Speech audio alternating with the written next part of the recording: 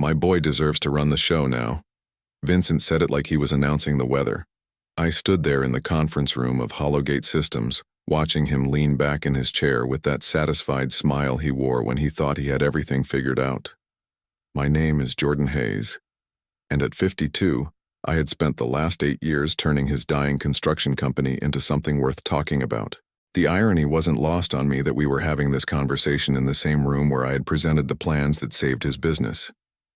Marcus sat next to his father, nodding along like this made perfect sense. My son-in-law had been with the company for 3 years ever since he married my daughter Kelly. Good kid, worked hard, but he understood construction about as well as I understood quantum physics. Vincent kept talking about family legacy and how Marcus represented the future of Hollowgate Systems. The whole time I just listened and kept my mouth shut. Jordan, you've done incredible work here, Vincent continued, gesturing around the room like he was showing off a museum. But this company needs fresh blood, someone who can take it to the next level. I looked out the window at the construction site across the street. Workers were using the same old methods they had used 20 years ago. Slow, inefficient, expensive. The kind of approach that had nearly bankrupted Vincent before I showed up. Marcus followed my gaze and probably thought I was admiring the traditional craftsmanship. He had no idea I was calculating how much time and money they were wasting. Makes sense, I said finally. Marcus has been learning the business. Vincent's smile widened. He thought I was giving my blessing. Marcus straightened up in his chair, probably already imagining himself behind the big desk. Neither of them asked what I thought about the transition timeline or how we would handle ongoing projects. They just assumed everything would continue exactly as it had been, except with different names on the door. We'll make sure you're taken care of, Jordan, Vincent added. Generous severance package, good references. You've earned it. I nodded and shook both their hands. Professional. Cordial. No drama. As I walked back to my office, I passed the wall where we displayed our recent achievements.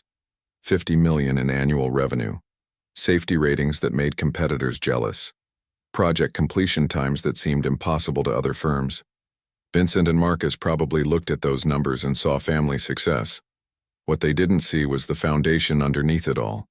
The foundation that belonged to me. 8 years ago, Vincent had called me desperately. Hollowgate Systems was hemorrhaging money, losing contracts, and facing bankruptcy. His traditional family construction business couldn't compete in a market that demanded efficiency and innovation. I had just sold my previous company and was looking for a new challenge. The deal we made seemed simple enough. I would stabilize the operation and modernize their approach, and Vincent would give me equity and operational control. What I brought to Hollowgate wasn't just experience. I had developed proprietary project management software that could optimize material delivery, coordinate subcontractors, and predict potential delays before they happened. The system integrated everything from weather data to traffic patterns, creating construction schedules that actually worked in the real world. I also had patents on several construction techniques that reduced both time and costs significantly. Vincent never really understood the technical side. He would nod politely when I explained the algorithms behind our scheduling system or the engineering principles that made our methods faster. His background was in old-school construction where relationships mattered more than efficiency. He valued handshakes and family connections over data and innovation. Marcus had inherited that same approach, which worked fine for small residential projects, but fell apart on the commercial contracts that kept us profitable. The warning signs had been subtle at first. Vincent started making comments about bringing Marcus into leadership discussions. Family dinners became strategy sessions, where I felt more like an employee than a partner. Kelly defended her husband when I expressed concerns about his readiness for major responsibilities. She reminded me that Marcus was family, and family deserved opportunities to grow. I had noticed discrepancies in how Vincent talked about the company's success. In client meetings, he emphasized Hollowgate's traditional values and family heritage. The innovative systems that actually delivered results got mentioned as minor improvements rather than fundamental advantages. When industry publications wrote articles about our turnaround, Vincent made sure the photos showed him and Marcus together. with me positioned as a senior advisor rather than the architect of our transformation.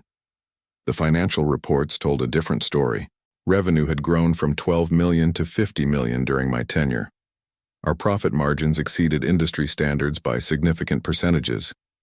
Customer satisfaction scores consistently ranked us among the top construction firms in Phoenix.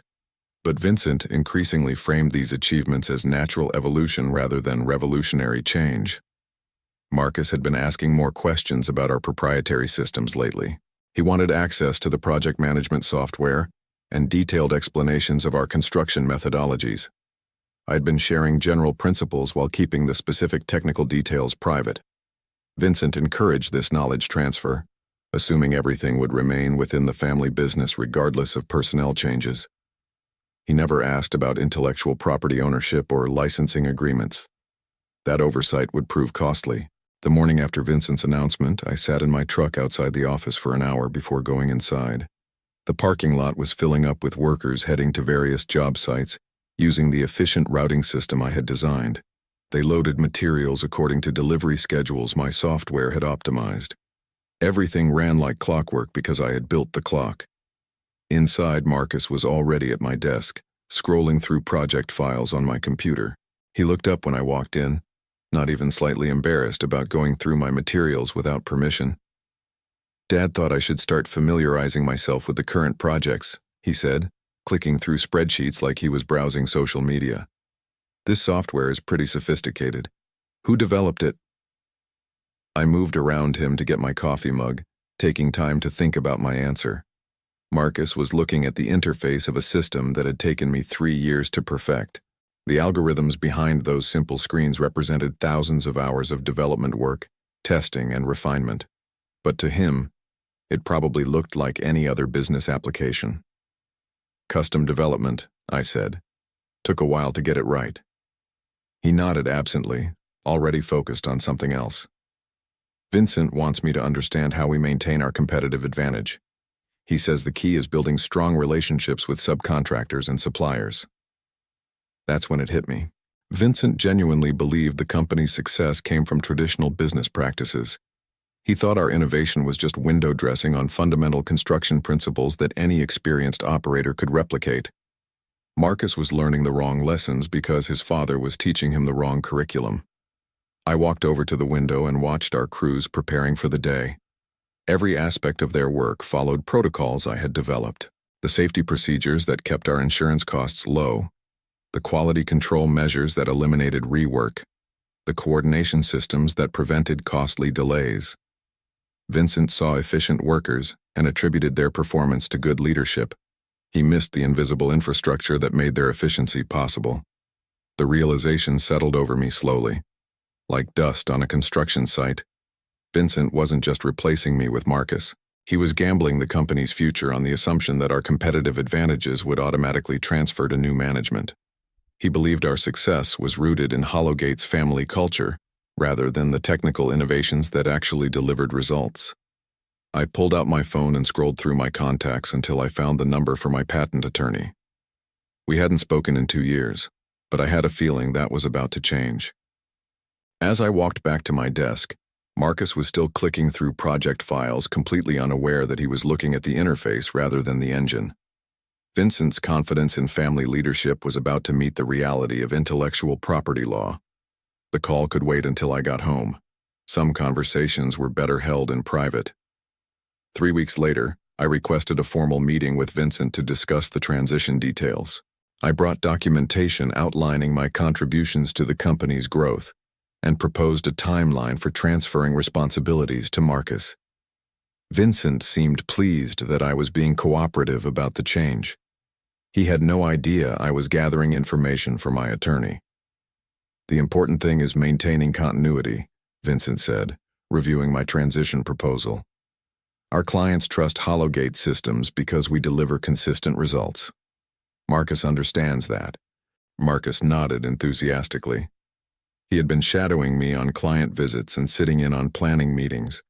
His confidence was growing daily, which would have been encouraging if he had demonstrated any understanding of why our methods worked. Instead, he repeated talking points about family values and traditional craftsmanship that sounded good, but missed the technical foundation entirely. I want to make sure we protect the company's proprietary systems, I said carefully. The project management software and construction methodologies that give us our competitive edge. Vincent waved dismissively. That's all internal stuff, Jordan. The real value is in our reputation and relationships. Marcus has been building those connections since he joined the company. I pulled out a folder containing patent documentation and licensing agreements. Vincent's expression shifted from confidence to confusion as I spread the papers across the conference table. Marcus leaned forward, trying to read legal language that might as well have been written in ancient Greek. What is all this? Vincent asked. Intellectual property documentation, I explained. The project management software is licensed to Hologate Systems under my personal patents. The construction techniques we use are protected innovations that I developed before joining the company. The licensing agreements specify terms for continued use. Vincent's face darkened as he began to understand the implications. Marcus looked between us, still trying to process what was happening. He picked up one of the patent documents and stared at it like it might explain itself. You're saying you own our systems? Vincent's voice carried an edge I had never heard before. I'm saying I own the intellectual property that drives our efficiency and profitability, I corrected. Hologate has been operating under licensing agreements that I established when we restructured the company 8 years ago. The room fell silent except for the sound of Vincent flipping through pages of legal documentation. Marcus set down the patent paperwork and looked at his father for guidance. Neither of them had ever bothered to review the legal structure of our partnership arrangements. They had assumed everything belonged to the company simply because it was being used by the company. This is ridiculous, Vincent finally said. You can't hold the company hostage over technical details. We'll figure out other ways to manage projects. I'm not holding anyone hostage, I replied calmly. I'm clarifying the terms of intellectual property usage. The licensing agreements include specific provisions for scenarios like this. Marcus found his voice. What kind of provisions? I gathered the documents back into the folder. The licenses terminate if I'm no longer actively involved in company operations. That includes scenarios where my role is significantly diminished or my responsibilities are transferred to other personnel. Vincent's confidence crumbled as he grasped the situation. He had spent weeks planning my transition out of operational control, never considering that the systems driving our success might leave with me. Marcus stared at the conference table, probably realizing that his promotion came with complications nobody had anticipated. We can renegotiate, Vincent said quickly. Adjust the licensing terms to accommodate the leadership transition. The current agreements took 2 years to structure properly, I told him. Renegotiation would require extensive legal review and revised implementation protocols. That process typically takes 12 to 18 months. The silence stretched long enough to become uncomfortable. Vincent was calculating the implications while Marcus struggled to understand how technical details could derail his career advancement. Neither of them had anticipated that their family business operated on foundations they didn't own. That evening, I reviewed the complete intellectual property portfolio in my home office. The documentation filled 3 binders and represented the technological backbone of everything Hologate Systems had achieved. Vincent and Marcus weren't just losing a senior manager. They were losing the operational infrastructure that had transformed their company from bankruptcy to prosperity. The project management software alone handled dozens of complex functions. Material procurement optimization that reduced costs by 15%. Subcontractor coordination that eliminated scheduling conflicts. Weather integration that prevented weather-related delays. Quality control protocols that maintained safety ratings above industry standards. Resource allocation algorithms that maximized crew efficiency across multiple job sites simultaneously. Marcus had been asking technical questions without understanding the scope of what he didn't know. He assumed the software was simply a digital version of traditional planning methods. The reality was far more complex. The system integrated real-time data from multiple sources to generate dynamic schedules that adapted automatically to changing conditions. Replicating that functionality would require extensive development work and deep understanding of construction mathematics. My construction techniques represented another category of protected innovation.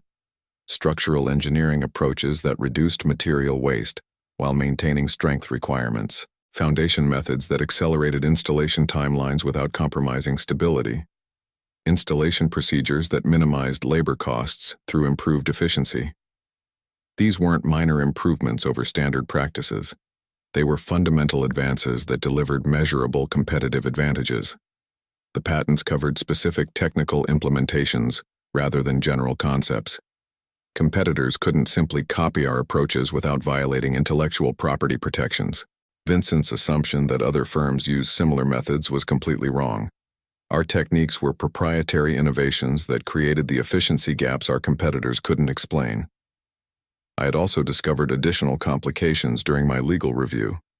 Several of our major contracts included performance guarantees that depended on our proprietary systems. The Phoenix Convention Center expansion required completion timelines that were only achievable using our optimized scheduling methods. The Sundale Financial Headquarters project included cost controls that relied on our material procurement algorithms. Without access to these systems, Hollowgate would struggle to meet contractual obligations. The financial implications extended beyond operational efficiency. Our insurance rates reflected safety records that depended on proprietary protocols. Our bonding capacity was based on performance history that assumed continued access to proven methodologies. Our credit lines were secured by company valuations that included intellectual property assets. Vincent's transition plan would trigger cascading effects throughout the business structure. Marcus called me around 9 p.m. sounding frustrated and confused. "Jordan, I've been looking at the software documentation and nothing makes sense. How am I supposed to learn systems that aren't even explained anywhere?" "The technical documentation is protected intellectual property," I explained. "Training materials exist, but they require authorization for access." "Authorization from who?" "The patent holder." He was quiet for a long moment. "This is insane. You're making it impossible for me to do the job." "I'm protecting intellectual property that I developed over many years," I corrected. "The complexity isn't artificial obstruction. These systems genuinely require extensive technical knowledge to operate effectively." After hanging up, I sat in my office thinking about the conversation. Marcus wasn't intentionally dismissive of technical innovation. He simply had no framework for understanding how deeply technology had transformed modern construction. Vincent had raised him to value relationships and traditional craftsmanship, which were important qualities but insufficient for managing sophisticated operations. The next morning would bring difficult conversations about the future of Hollowgate systems. Vincent would probably try to negotiate compromise solutions that preserved family control while maintaining operational capabilities. But intellectual property law didn't accommodate family politics. The patents and licensing agreements created clear boundaries that couldn't be wished away through good intentions. I spent the weekend implementing what I privately called the extraction protocol. Every proprietary system included administrative functions that could disable access or transfer control to external servers. The project management software connected to cloud-based servers that I controlled independently. The technical documentation was stored on encrypted drives that required my personal authorization codes. The training materials existed only in formats that could be remotely deactivated. Monday morning, I arrived at the office early and began the systematic process of securing intellectual property assets. The software modifications took 3 hours to complete. From the user perspective, everything appeared normal. Behind the scenes, critical functions were being redirected to servers that would shut down when my employment terminated. Marcus would be able to access basic features, but not the advanced algorithms that delivered competitive advantages. Vincent called a company meeting for Tuesday afternoon to announce the leadership transition officially. He had invited our major clients and key subcontractors to hear about Hollowgate's exciting future under Marcus's direction. The timing was perfect for my purposes. Public announcements would create pressure to proceed with the transition quickly, preventing lengthy renegotiation of intellectual property terms. During the meeting, Vincent spoke enthusiastically about family legacy and traditional values. Marcus presented his vision for expanding Hollowgate's market presence through stronger customer relationships. Several clients asked technical questions about maintaining project efficiency and delivery timelines. Marcus deflected these questions by emphasizing commitment to excellence rather than specific methodologies. After the meeting, I submitted my formal resignation letter to Vincent. The document included detailed explanations of intellectual property licensing terminations and recommended timelines for system transitions. I also provided contact information for my patent attorney and suggested that Hollowgate engage independent legal counsel to review the implications. Vincent's reaction was predictably explosive. "You can't sabotage the company just because you're unhappy about Marcus taking over." "I'm not sabotaging anything," I replied calmly.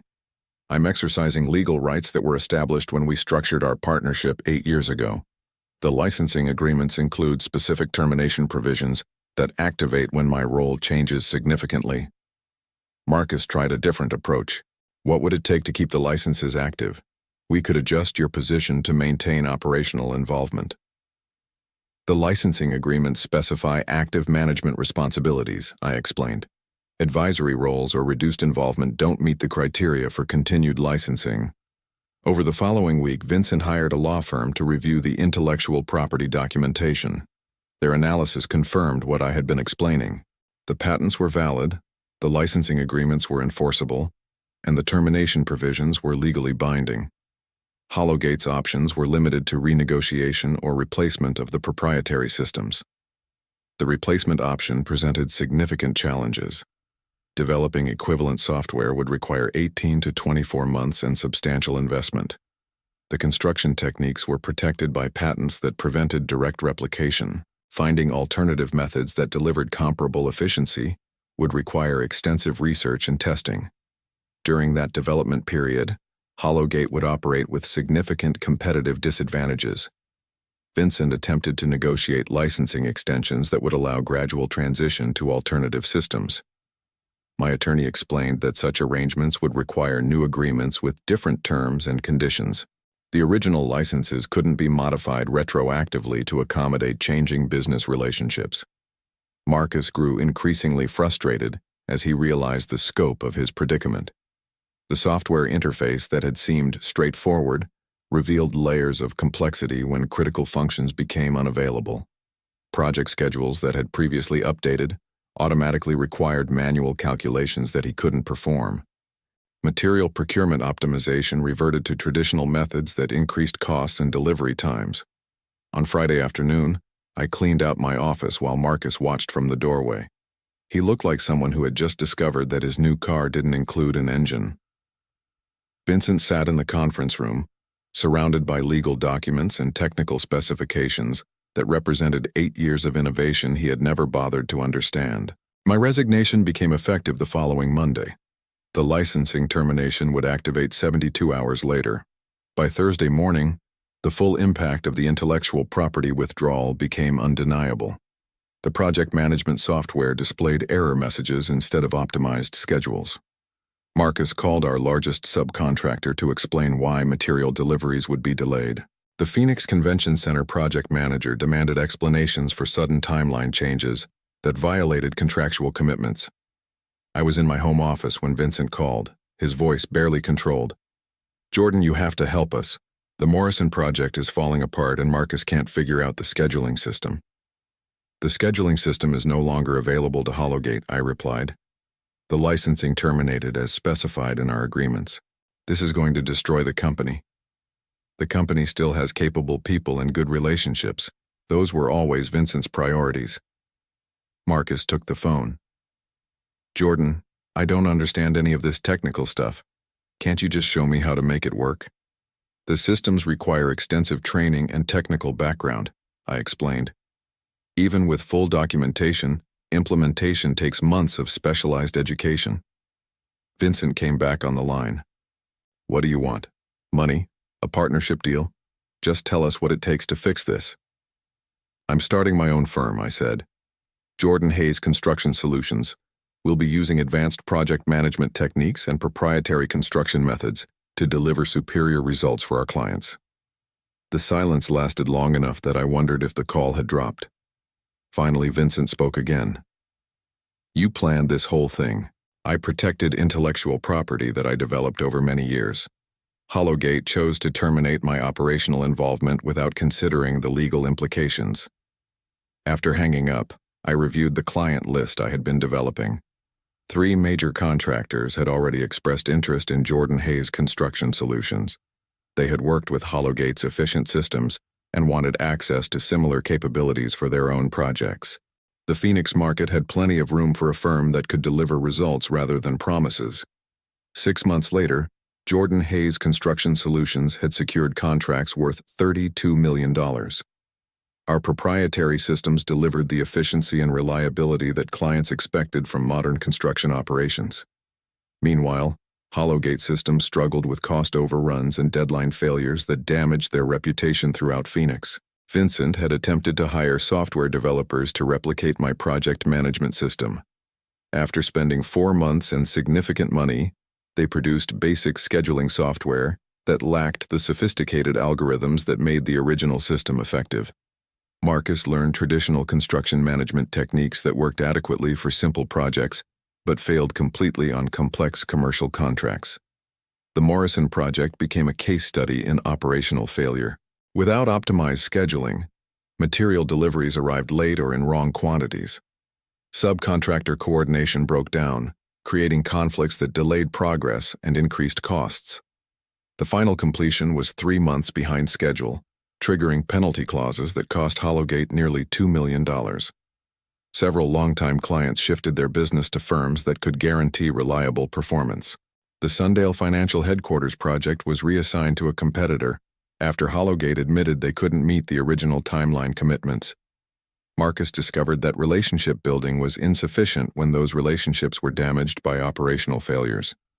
Vincent eventually sold Hollowgate systems to a larger construction firm that had their own management systems and experienced leadership.